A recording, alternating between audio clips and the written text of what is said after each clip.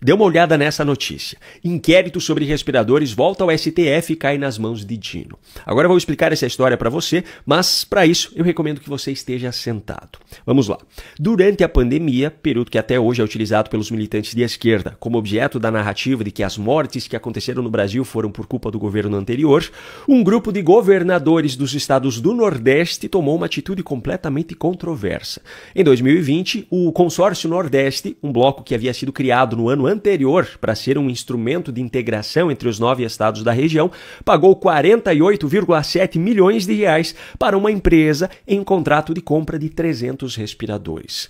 Os problemas, no entanto, começam na própria empresa que recebeu essa quantia, que na verdade era apenas uma intermediária do negócio e não tinha absolutamente nenhum histórico que pudesse lhe dar um mínimo de credibilidade para um contrato como esse.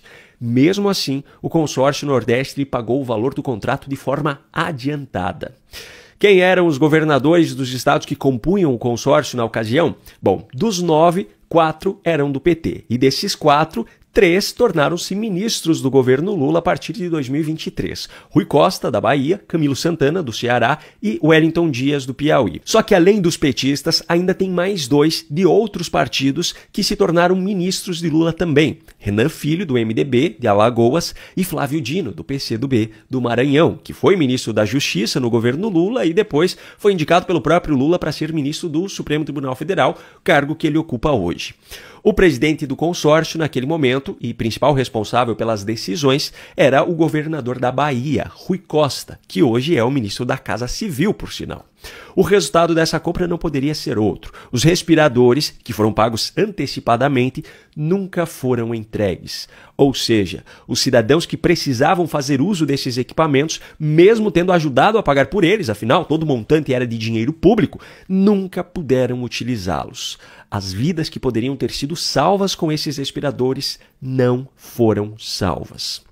Ao longo das investigações, a Polícia Federal já descobriu que a empresa que recebeu esse pagamento adiantado esvaziou suas contas em um intervalo de apenas um mês, transferindo todo o valor para diversas pessoas e empresas que não tinham qualquer ligação com o contrato, e esses terceiros ainda pulverizaram esse valor através de novas transferências para outros destinatários. A PF descobriu também que parte desse dinheiro foi usado para compra de carros, caminhão, pagamento de faturas de cartão de crédito, entre outras coisas. Só que as decisões relacionadas a esse caso, até o momento, são totalmente contrárias àquilo que se esperava.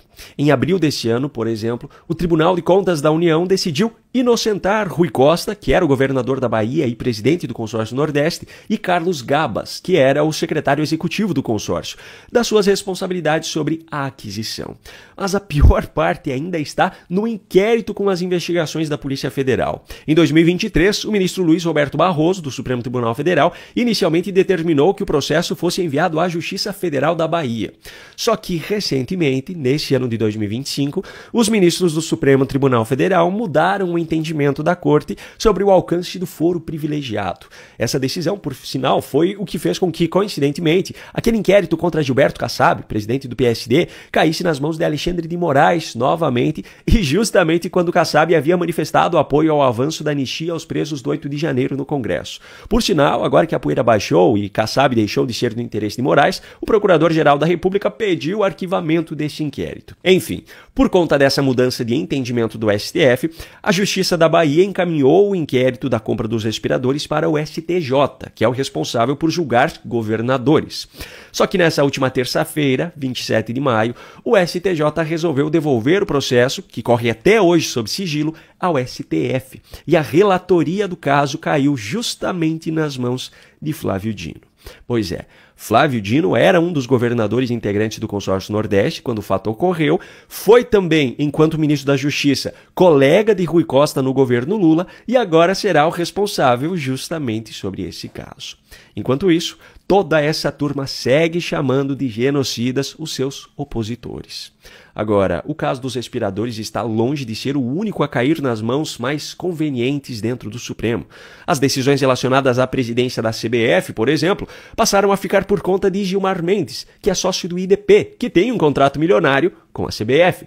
Alexandre de Moraes acabou de assumir, por exemplo, o inquérito recém-criado para investigar Eduardo Bolsonaro por sua atuação em uma suposta articulação nos Estados Unidos contra o próprio Moraes. E por falar nisso, se você acha que o problema está só na Suprema Corte, me permita lembrar aqui que a Associação dos Juízes Federais do Brasil publicou uma nota nessa semana, logo após o anúncio do governo dos Estados Unidos de uma nova política de restrição de vistos para autoridades que sejam coniventes com a censura, defendendo Alexandre de Moraes, usando a mesma narrativa de atentado à soberania nacional. Da mesma forma, a OAB publicou uma nota alguns dias atrás também defendendo Alexandre de Moraes, com base exatamente nas mesmas narrativas. Agora eu pergunto, quem é que poderá nos salvar desse completo alinhamento em prol dos tiranos?